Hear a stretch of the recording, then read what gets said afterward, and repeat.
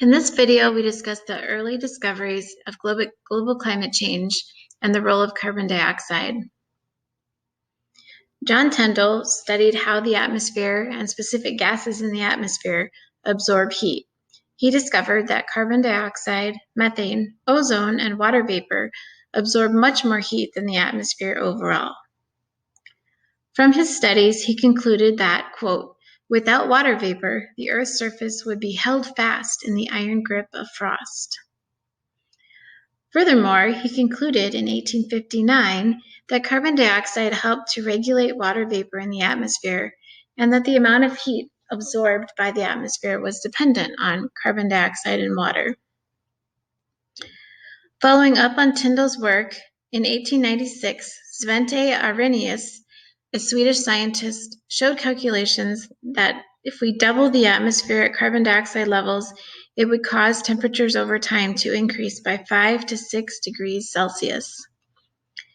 Now, he didn't imagine this would be a problem because at the rate that they were burning fossil fuels in 1896, it would have taken 3,000 years to double the amount of carbon dioxide in the atmosphere.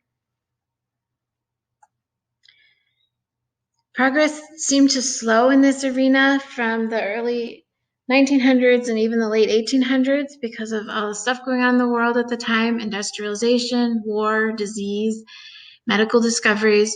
But by 1938, people began to examine the effect of industrialization. Guy Callender, a British engineer and inventor, suggested that warming trends in the 1800s were due to a 10% increase in the amount of atmospheric carbon dioxide from burning fossil fuels.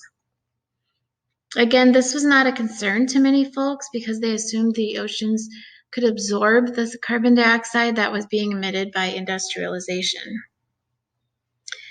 But the scientific community eventually began to question this assumption, and in 1957, the team of Hans Seuss, who was an Austrian-born chemist and physicist, worked with American oceanographer Roger Revelle, and this team refuted this idea.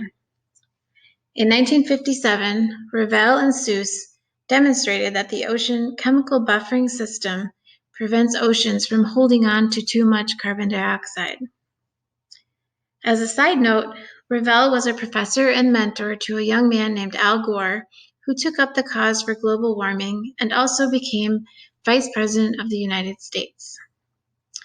And another side note is that Dr. Hans Seuss is not the same Dr. Seuss who wrote popular children's books, but they both lived in La Jolla, California at the same time, and they both had a passion for the environment. So scientists Tyndall, Arrhenius, Callender, Revelle, and Seuss contributed to our current understanding of how greenhouse gas emissions, carbon dioxide, but also methane and ozone, contribute to global climate change.